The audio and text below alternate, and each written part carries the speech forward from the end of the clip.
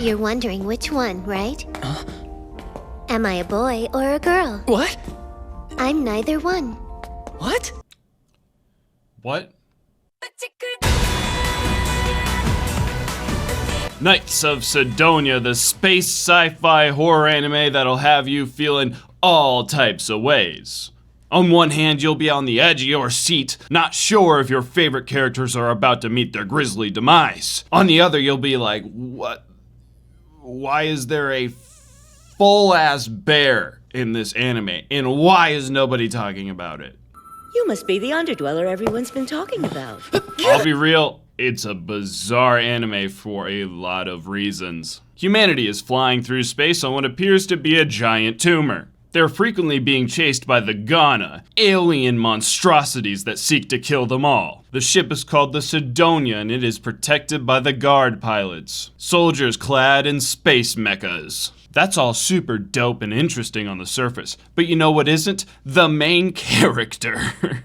It's hilarious because I would love to tell you his name, and believe me, they say it all the time, but I don't remember it.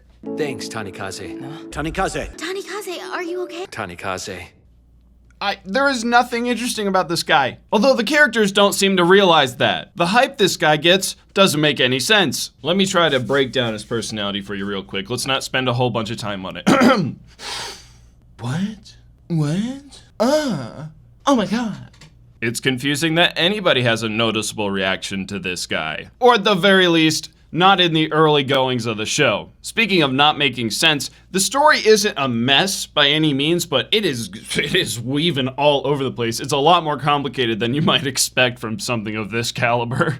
If you've watched Darling in the Franxx, where my waifu is from, you'll probably get the same vibes from Knights of Sidonia. Weird, mysterious, things that happen often have more of a artistic flavoring to them rather than just making sense. But ultimately everything important does get across. I don't necessarily mind random nude floating women, even if I have no idea why it's happening.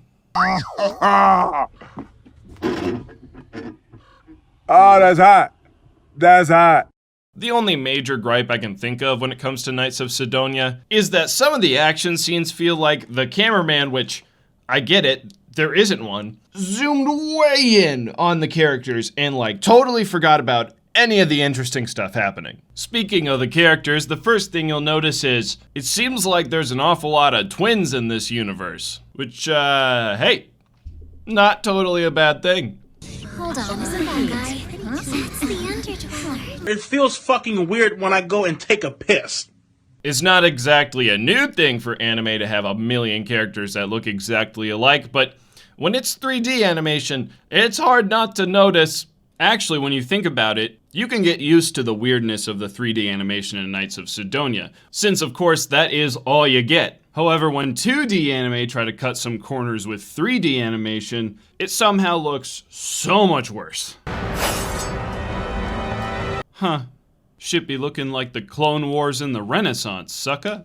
Okay, so it kind of feels like I've been trashing Knights of Sidonia for 3 minutes straight, but there's a lot more to it than just the bad stuff. For starters, if you have a fear of being lost in space, don't watch this show. Whether it's a Ghana slowly destroying the outer shell of a mech while a helpless character is screaming inside, or if you really want to not sleep at night, getting vaulted into the dark recesses of space where you're gonna slowly fade from view. A really rather impressive scene within the show sees two characters facing the brutality and emptiness of space, stranded alone where it seems nobody can get to them and the Sidonia is leaving them behind. I won't spoil anything, but Jesus, my knuckles still kinda hurt. Characters aren't safe in this show, and once you realize that, it definitely makes scenes where death is close and can come in many ways incredibly tense, which is an ability not a lot of anime have. Knights of Sidonia also doesn't have a bad sense of humor. All of humanity is relying on the Knights to stop the Ghana scourge. Seems like an issue that all of humanity could pretty easily get behind, except for these brain-dead idiots. If we disarm ourselves, the Ghana won't come! If we disarm ourselves, the Ghana won't come!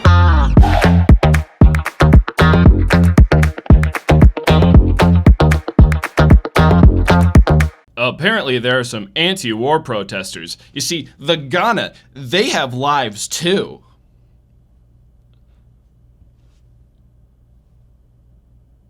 So? Good thing the nude floating lady from earlier is actually the commander of the Sidonia. And she's like, hey, protesters, I totally get what you're throwing down, but how about this? Ridiculous. Very well, then. Those who wish to leave will be allowed to do so. Get out of my ship, you fucking space hippies. As most anime viewers would probably guess, the barrier of enjoyment here is probably just the 3D animation. Some people absolutely hate it, and it is really just personal preference. I don't mind it. So if you're on the fence, think about whether it's visually appealing to you. I think I've said my piece, so as always, I've been your American Otaku. This is my co-host, 02, and I'll catch you next time.